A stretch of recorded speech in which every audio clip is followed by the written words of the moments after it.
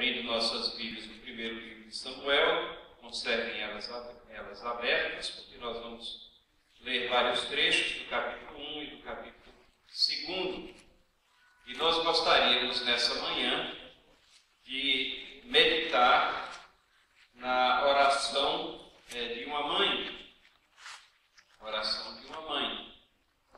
Não se preocupem que não é que eu olhei errado o calendário. Eu sei que hoje não é o Dia das Mães.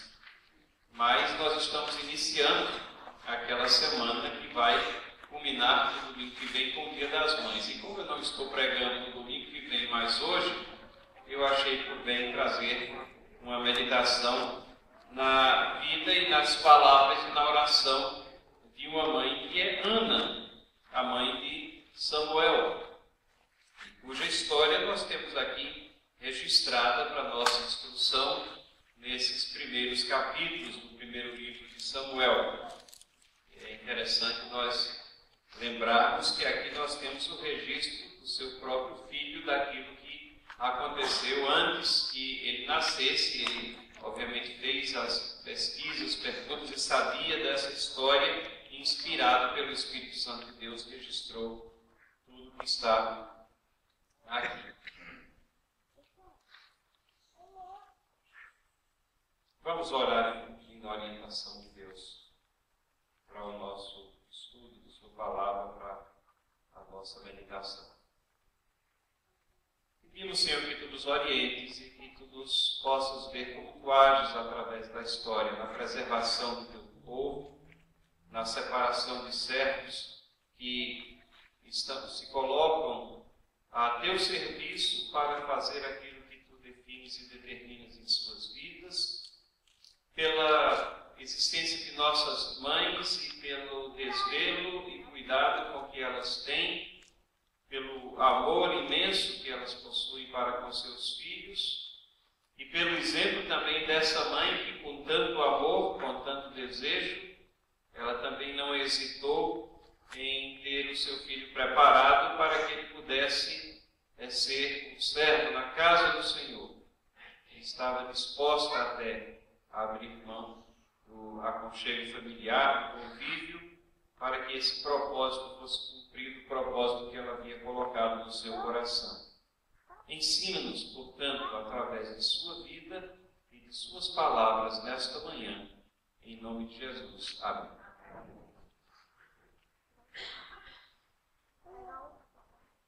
O primeiro capítulo, ele conta a história aqui, na realidade, desse homem, um homem chamado Elcana, que era o esposo da Ana. Diz assim no versículo 1: houve um homem de Ramataim Zofim, da região montanhosa de Efraim, cujo nome era Elcana, filho de Jeroão, filho de Eliú, filho de Tou, filho de Zuf, Efraimita. Esse primeiro versículo, ele coloca de uma forma muito bíblica, muito interessante. Nós vemos repetido na Bíblia o traçar da linhagem de uma pessoa, mostrando que é uma personagem da história, uma pessoa histórica, mostrando a sua ascendência, de quem ele descende, e mostrando a sua região geográfica também. No versículo 2 diz assim: tinha ele duas mulheres, uma se chamava Ana e outra Penina. Penina tinha filhos, Ana, porém, não os tinha. Então aqui está colocado o cenário da história de Ana. E aí você diz, mas como está dizendo aqui, a mulher é um exemplo, essa família é um exemplo, então, e o homem tinha duas mulheres?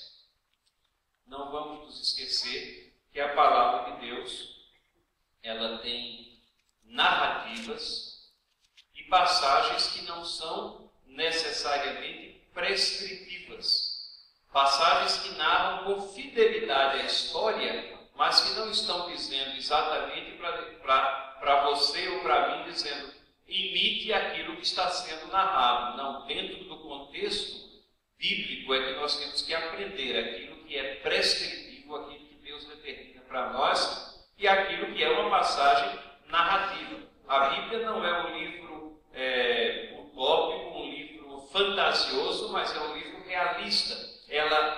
registra a história da maneira como ela se concretizou. E, portanto, aqui nós temos essa situação que não era uma situação rara, era uma situação comum dos povos do Antigo Testamento e até dentro do povo de Deus. Não resta dúvida que esse era um costume que não era aquele que representava a vontade prescritiva de Deus para o seu povo. Não resta dúvida que esse era um costume que havia entrado e adentrado o povo de Deus de costumes de outros povos.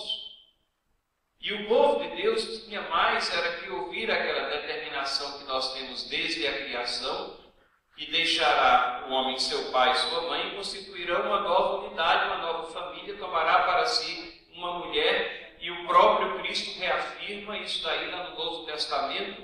Então, nós temos o ensinamento bíblico da monogamia, não da poligamia. O ensinamento bíblico é de que o casal, a família, ela deve ser constituída por um esposo, uma esposa, e Deus, sendo gracioso para com a família, que ela tenha filhos e se perpetue dessa forma. Esse é o ensinamento bíblico. Mas aqui nós temos um registro da história. E é assim que a história se processou. Esse homem, Elcana, tinha duas mulheres. Uma se chamava Ana e a outra Penina. E a Penina tinha filhos, Ana, porém, não os tinha. E diz no versículo 3 em diante que ele era uma pessoa devota, ele tinha a devoção a Deus. Esse homem subia da sua cidade de ano em ano a adorar e sacrificar ao Senhor dos Exércitos em Siló. Estavam ali os dois filhos de Eli, Hofni e Finéias, como sacerdotes do Senhor. Nós não vamos examinar isso, mas Hofni e Finéias, filhos de Eli, lá nos capítulos da frente nós vamos encontrar que eles eram sacerdotes não muito bons, na realidade eram muito ruins, eles não eram flor que se cheire, como nós costumamos dizer. Eles eram egoístas, eles eram... a palavra de Deus diz que eles eram filhos de Belial, na realidade. Eles estavam na casa do Senhor servindo, mas eles não tinham a religião verdadeira, a devoção verdadeira a Deus. Mas eram eles que ali estavam. Hofni e Finéias como sacerdote. No dia em que Elcana oferecia o seu sacrifício, diz o versículo 4, dava ele porções deste a Penina, sua mulher, e dava a todos os seus filhos e filhas. Então Elcana chegava para fazer os sacrifícios e ele repartia aquilo que ele ia oferecer como sacrifício, ele repartia com Ana e com Penina. E o versículo 5 diz assim: a Ana, porém, dava porção dupla, porque ele a amava, ainda mesmo que o Senhor a houvesse deixado estéril. Especialmente no Antigo Testamento, o fato de uma pessoa não ter descendência, não ter filhos, era considerado pela sociedade como uma situação muito desagradável. E havia um sentimento assim muito forte de que Deus precisava derramar uma bênção sobre medida para que houvesse descendência, porque a pessoa não somente sentia a carência dentro do lar, mas ela era estigmatizada pela própria sociedade, pelos seus próprios vizinhos. E esse era o sentimento que estava ali naquela vida, na vida da Ana, ainda que o seu esposo aqui estava mostrando favorecimento e dando a porção dobrada do sacrifício. Diz o texto que ele a amava. E aí nós temos aqui várias situações que mostram o que é que ia no coração daquela mulher.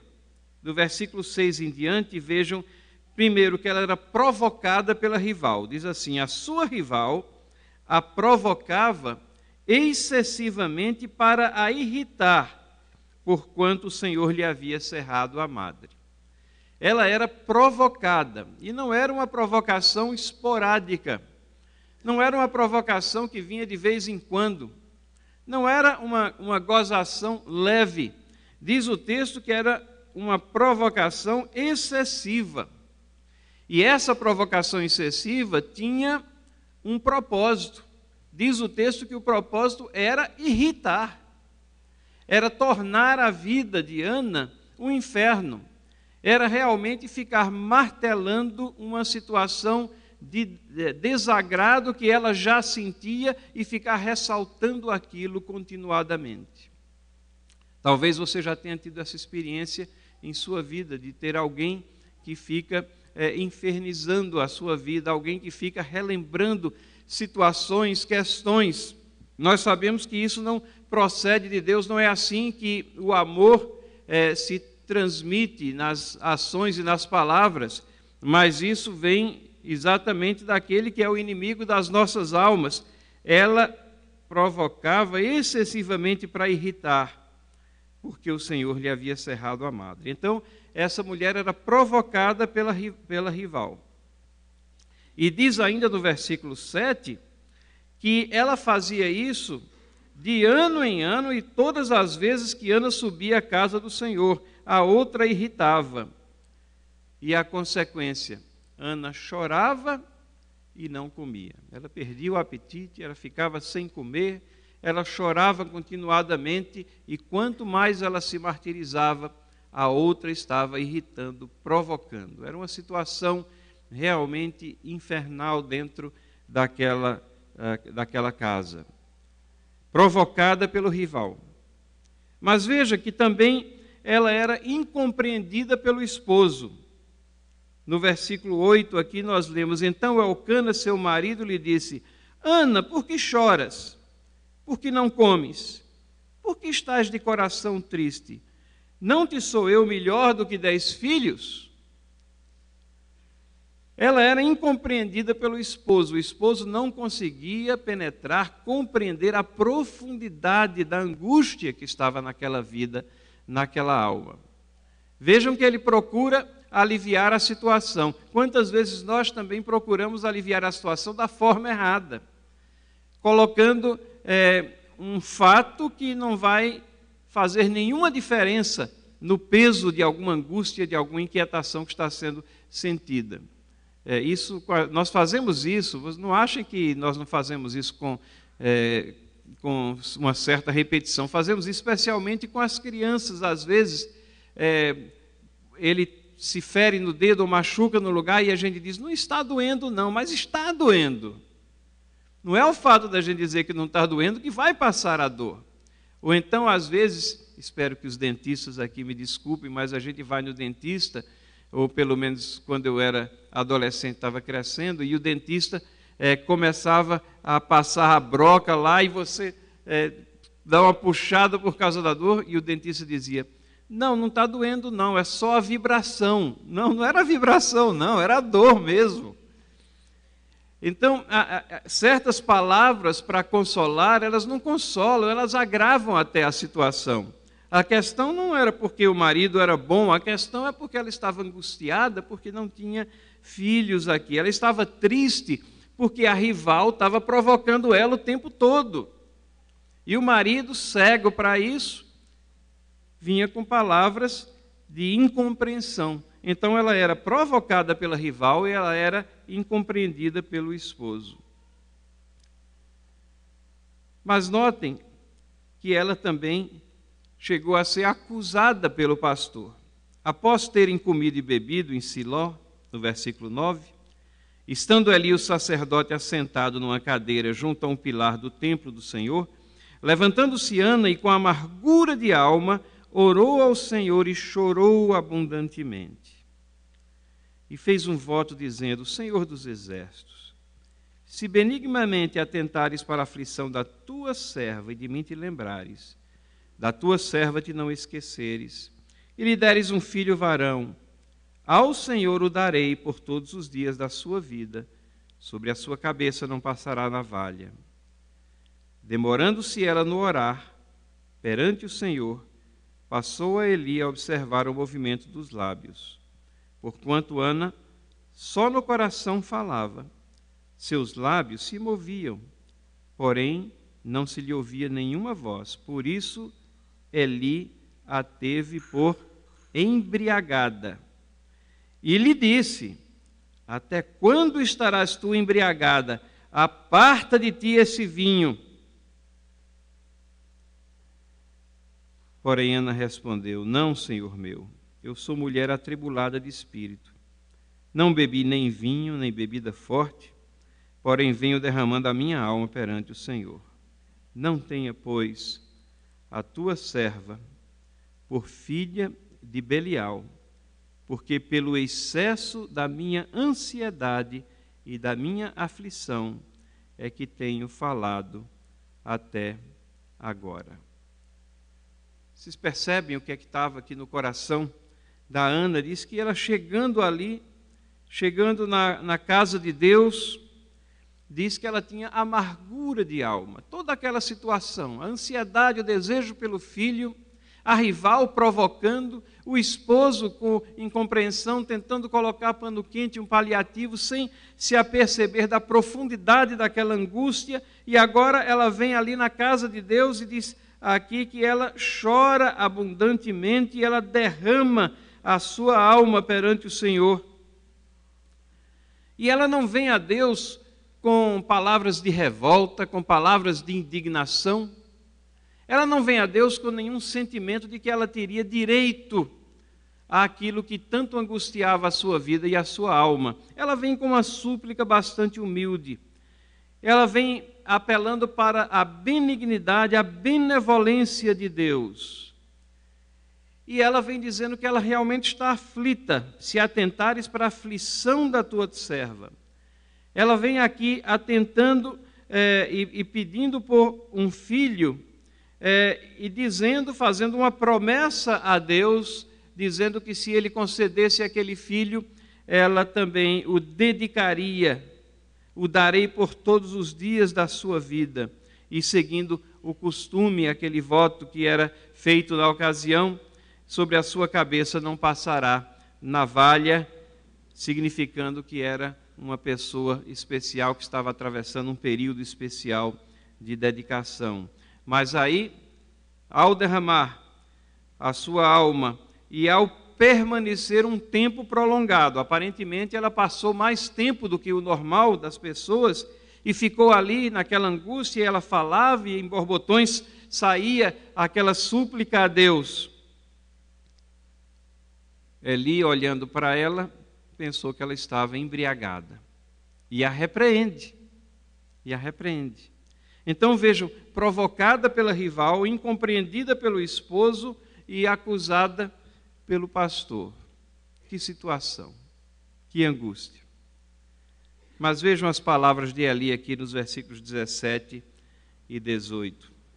Então lhe respondeu Eli: vai-te em paz, e o Deus de Israel te conceda a petição que lhe fizeste. E disse ela: acha a tua serva mercê diante de ti. Assim a mulher foi seu caminho e comeu, e o seu semblante já não era triste. Duas coisas me chamam a atenção aqui. A quarta situação de Ana é que ela é compreendida por Deus, né? Provocada pela rival, incompreendida pelo esposo, acusada pelo pastor, mas foi compreendida por Deus. Mas me chama a atenção também que Eli era um homem tão devotado, separado para esse fim específico, profeta de Deus, um homem extremamente utilizado por Deus, mas ele também cometeu o erro aqui de achar que ela estava embriagada. Então isso nos mostra que nós não temos assim pessoas que são infalíveis. Talvez é difícil encontrar alguém que tivesse mais devoção a Deus do que Eli. Mas ele não era infalível, né? E ele não insiste no seu erro aqui, mas ele vê que ele estava errado e então ele acata a explicação daquela mulher e ele dá a bênção àquela mulher. E a segunda coisa que me chama a atenção aqui é como Deus confortou o coração daquela mulher. E perante todas aquelas situações em que ela estava, no meio das circunstâncias adversas, ela teve paz. Na sua vida, na minha vida, pode ser que Deus não remova todas as situações de adversidade. A rival não foi fulminada, eliminada da noite para o dia, ela ainda estava lá. Podem ter certeza que ela ainda ficou provocando ela. Mas Deus consegue nos dar paz no meio das tribulações. E muitas vezes Ele concede sim o desejo do nosso coração. O ponto-chave aqui é a reversão da ansiedade, da angústia para a confiança plena em Deus. O ponto-chave é a mudança de atitude provocada por essa paz interior que somente pode vir de Deus. Jesus disse que nos deixa a paz dele. Ele disse que essa paz é diferente da paz do mundo. Não vos dou como o mundo a dá. E aí ele diz, não se turbe o vosso coração, não se perturbe no seu íntimo, no seu ser. A paz de Deus, ela faz exatamente esse efeito que nós vemos aqui na vida de Ana. E então ela foi o seu caminho, seguiu, fez as coisas que tinha que fazer, comeu e o seu semblante já não era mais triste. A alegria, a paz interior, ela se irradia aqui em alegria. Na continuidade, o texto mostra que eles se levantaram de madrugada, adoraram perante ao Senhor, chegaram à casa e depois diz que Elcana coabitou com Ana, sua mulher, lembrando-se dela o Senhor. Versículo 20, ela concebeu, passado o devido tempo, teve um filho, a quem chamou Samuel. Samuel significa nome de Deus. E ela dizia, do Senhor o pedi. Né? E Deus, o nome Samuel seria um lembrete constante do nome de Deus, porque Deus havia sido o foco da sua atenção, havia sido o alvo do seu pedido e havia procedido de Deus ali a resposta àquele pedido. Subiu Elcana, seu marido, com toda a sua casa, a oferecer ao Senhor o sacrifício anual e a cumprir o seu voto. Ana, porém, não subiu, no versículo 22, e disse a seu marido, quando for o menino desmamado, leva-lo-ei para ser apresentado perante o Senhor e para lá ficar para sempre. Lembram-se do voto? Aqui ela está reafirmando o voto que ela havia feito. E respondeu-lhe Elcana, seu marido, faze o que melhor te agrade. Fique até que o desmames, tão somente confirme o Senhor a sua palavra. Assim ficou a mulher e criou o filho ao peito até que o desmamou. A palavra desmamar aqui tem o significado óbvio de o término do aleitamento materno, mas também significava os primeiros passos de instrução espiritual, um período de instrução espiritual intensa que era dada às criancinhas mesmo, quando elas ainda estavam nesse período. Esse era o costume do povo hebraico aqui, do povo hebreu. E então, havendo desmamado, no versículo 24, levou consigo um novilho de 3 anos, um éfa de farinha, um odre de vinho, e apresentou à casa do Senhor a Siló. Era o menino ainda muito criança.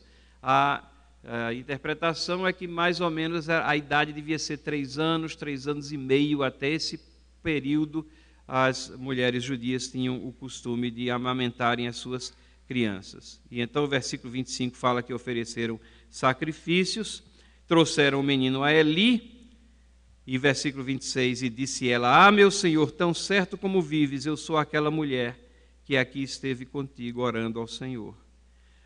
Por este menino orava eu, e o Senhor me concedeu a petição que eu lhe fizera. Pelo que também o trago como devolvido ao Senhor por todos os dias para que viver. Pois o Senhor o pedi, eles adoraram ali ao Senhor. Então ela está aqui reconhecendo que veio de Deus, que foi uma resposta à oração. O texto aqui da palavra de Deus não está ensinando que toda mulher deve fazer esse voto, que toda mulher não deve passar a navalha na cabeça da criança, nem fazer corte de cabelo no filho, nem que ela deva abrir mão da criação do seu filho aos 3 anos e meio. É uma narrativa daquilo que aconteceu, é um incidente pontual na palavra de Deus, mas ele nos ensina muitas coisas. Ele nos ensina que podemos passar por angústias, tribulações nessa vida. Essas tribulações podem ser intensas, causadas por pessoas, mas nos ensina também que Deus não está ausente, Deus não está distante, Ele ouve, Ele responde orações. Deus é aquele que conforta corações, é aquele que consola a alma, é aquele que traz paz, e é uma paz que resulta até na modificação do semblante, da postura de vida, que traz ânimo. É esse Deus que é o nosso Deus. O Deus é o mesmo, os incidentes mudam, mas o Deus é o mesmo. E nessa narrativa nós aprendemos todos esses princípios aqui. E isso nos traz até o capítulo 2. E é no capítulo 2 que nós temos um cântico que ficou famoso, que é um cântico de Ana. É uma oração que ela faz agora.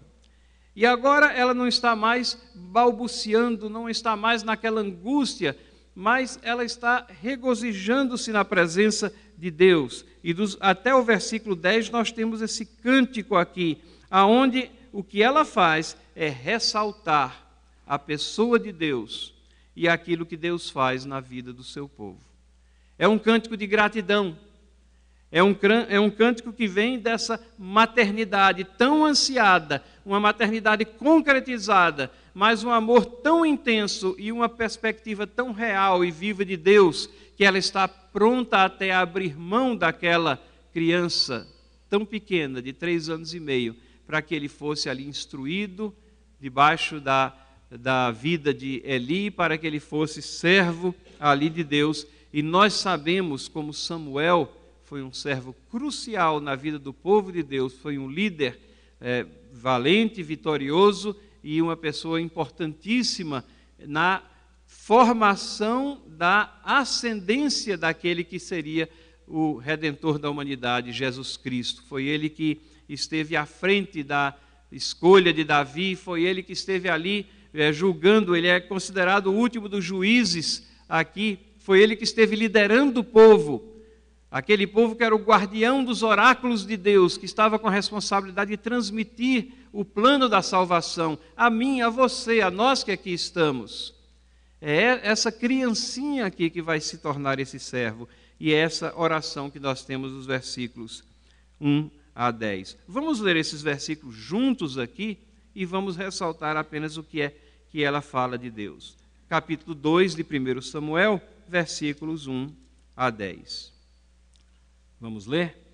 Então orou Ana e disse: o meu coração se regozija no Senhor, a minha força está exaltada no Senhor, a minha boca se ri dos meus inimigos, porquanto me alegro na tua salvação. Não há santo como o Senhor, porque não há outro além de ti, e rocha não há nenhuma como o nosso Deus.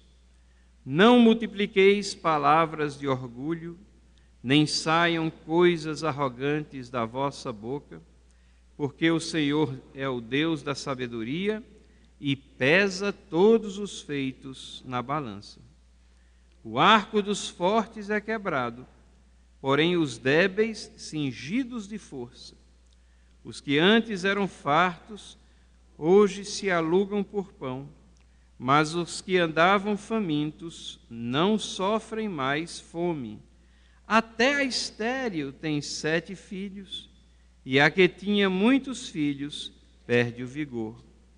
O Senhor é o que tira a vida e a dá, faz descer a sepultura e faz subir. O Senhor empobrece e enriquece, abaixa e também exalta, levanta o pobre do pó e desde o monturo exalta o necessitado, para fazer assentar entre os príncipes, para fazer herdar o trono de glória, porque do Senhor são as colunas da terra e assentou sobre elas o mundo. Ele guarda os pés dos seus santos, porém os perversos emudecem nas trevas da morte, porque o homem não prevalece pela força. Os que contendem com o Senhor serão quebrantados. Dos céus troveja contra eles. O Senhor julga as extremidades da terra, dá força ao seu rei e exalta o poder do seu ungido. Irmãos, que oração poderosa, onde a concentração dessa oração é na pessoa de Deus. Que expressão de gratidão intensa que flui aqui da vida dessa mulher tão atribulada e tão abençoada, tão perseguida, mas tão libertada também, tão triste, mas tão consolada, e agora ela faz essa oração. Vejam aqui que nós podemos destacar pelo menos 5 aspectos de Deus que ela toca aqui nessa oração. O primeiro é que Deus é fonte de alegria. Logo no primeiro versículo, ela diz: porquanto me alegro na tua salvação. Vejam a conscientização de salvação que ela tem. E Deus é fonte de alegria. Ela reconhece isso. Ela diz: a minha boca se ri dos meus inimigos. As provocações agora já não a afetam como a afetavam antes, porque ela sabe que em Deus há paz, em Deus há salvação. Então Deus é fonte de alegria. Segunda coisa que ela ressalta aqui é que Deus é singular, Ele é único. No versículo 2, não há santo como o Senhor, não há um outro além de ti. Rocha não há nenhuma como o nosso Deus. E esse é o nosso Deus. Ele é o único Deus verdadeiro. Os outros deuses são falsos, são frutos da imaginação humana, são distorções da divindade real. Mas o nosso Deus verdadeiro, Ele é único. E Ele é rocha, é alicerce, é firmeza. E se Deus é por nós, quem será contra nós?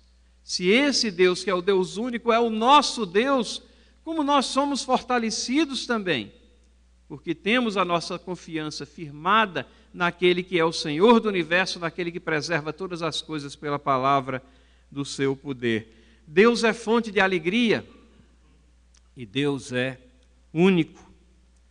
Mas ela lembra também, a partir do versículo 3 aqui, ou no versículo 3, que Deus é juiz. Deus é um Deus reto.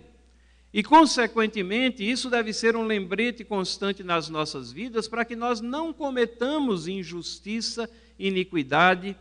Diz o versículo 3, não multipliqueis palavras de orgulho, nem saiam coisas arrogantes da vossa boca, porque o Senhor é o Deus da sabedoria e pesa todos os feitos na balança.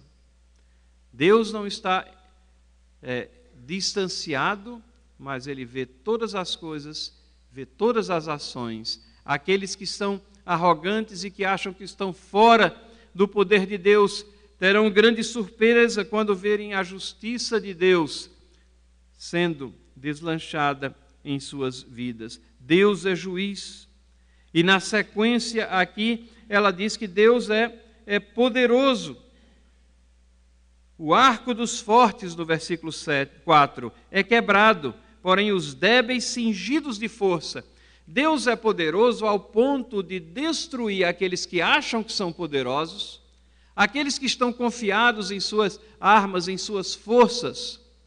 Ele é poderoso ao ponto de destruir esses e de elevar, de proteger aqueles que são frágeis, aqueles que são humildes, aqueles que se colocam debaixo de sua dependência. Deus é poderoso, Deus é fonte de alegria, Deus é único, Deus é juiz, Deus é poderoso e Deus é soberano. Os versículos 5 a 8 diz assim: os que antes eram fartos hoje se alugam por pão, mas os que andavam famintos não sofrem mais fome. Até a estéril tem 7 filhos e a que tinha muitos filhos perde o vigor. O Senhor é o que tira a vida e a dá, faz descer a sepultura e faz subir. O Senhor empobrece e enriquece, abaixa e exalta. Levanta o pobre do pó, desde o monturo, exalta o necessitado para fazer assentar entre os príncipes, para fazer herdar o trono de glória. Porque do Senhor são as colunas da terra e assentou sobre elas o mundo. Deus é soberano. A lembrança dela vai até a criação. Deus é o Deus criador, Ele criou todas as coisas. Como não terá Ele controle sobre todas as coisas? Como não será Ele soberano sobre todas as coisas? Nada escapa ao seu controle. E Ana aqui nessa sua oração, ela exalta a soberania de Deus, dizendo que dele procede a vida e, portanto, ele a tira e ele a dá. Ele faz descer a sepultura e faz subir, ela fala aqui da ressurreição. No Antigo Testamento, onde pouco se fala da ressurreição, mas ela tem confiança nisso, porque Deus é o doador da vida, é o criador de todos. Deus é soberano, Ele reina. E os últimos 2 versículos, ela nos mostra que Deus é libertador. Ele guarda o pé dos seus santos, porém os perversos emudecem nas trevas da morte, porque o homem não prevalece pela força. Os que contendem com o Senhor são quebrantados. Dos céus troveja contra eles. O Senhor julga as extremidades da terra, dá força ao seu rei e exalta o poder do seu ungido. Deus é libertador. E nós, como povo de Deus, estamos do lado de Deus. Nós que fomos libertados, seremos vitoriosos.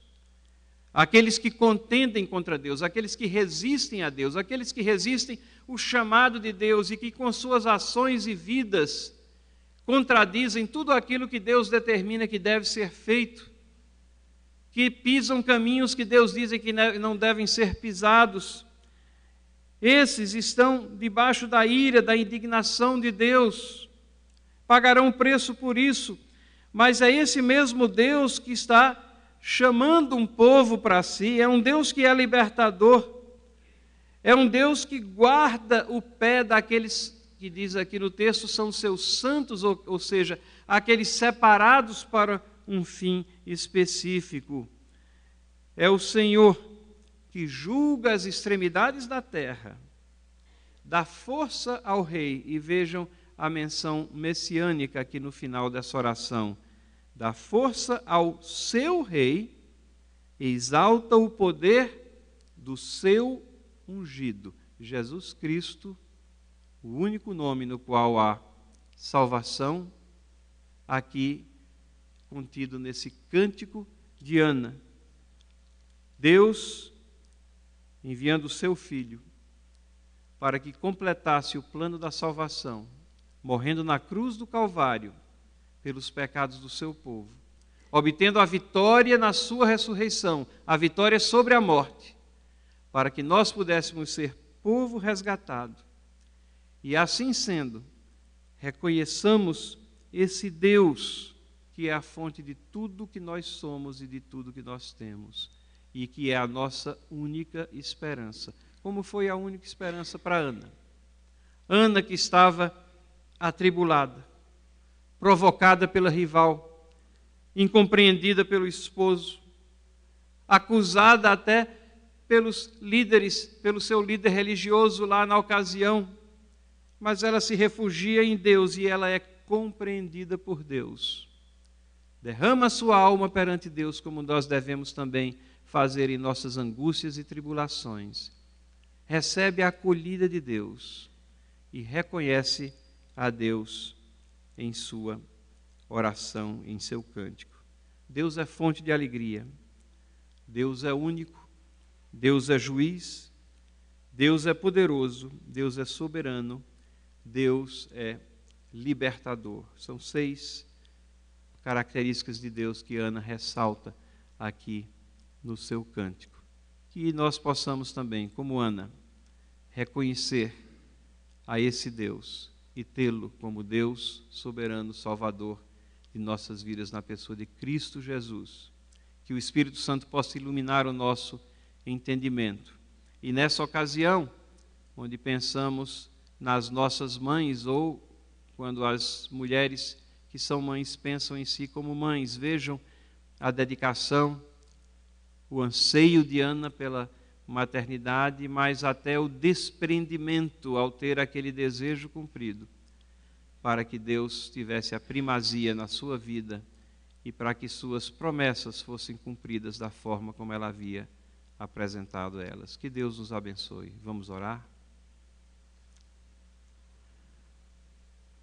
Senhor Deus, Tu conheces as nossas vidas e sabe as situações que nós possamos talvez estar atravessando. Muitas vezes de angústia, tribulação, trazidas por tantas situações que nos sentimos atribulados, desesperados, porque fogem ao nosso controle. Mas Tu és o Deus soberano e compassivo ao mesmo tempo. Reto juiz e aquele que nos traz a libertação. Somos pecadores, se ficássemos apenas debaixo da Tua justiça, Senhor, mereceríamos tão somente a punição eterna. Mas nós Te agradecemos que fomos abrigados pelo Teu amor, que somos alvo da Tua salvação, somos chamados e em Cristo Jesus temos essa salvação, a convicção que nos é dada pelo Espírito Santo de Deus. Faz-nos gratos, reconhecedores da Tua pessoa, faz-nos proclamadores dessa libertação que há em Ti. Perdoa os nossos pecados, em nome de Jesus. Amém.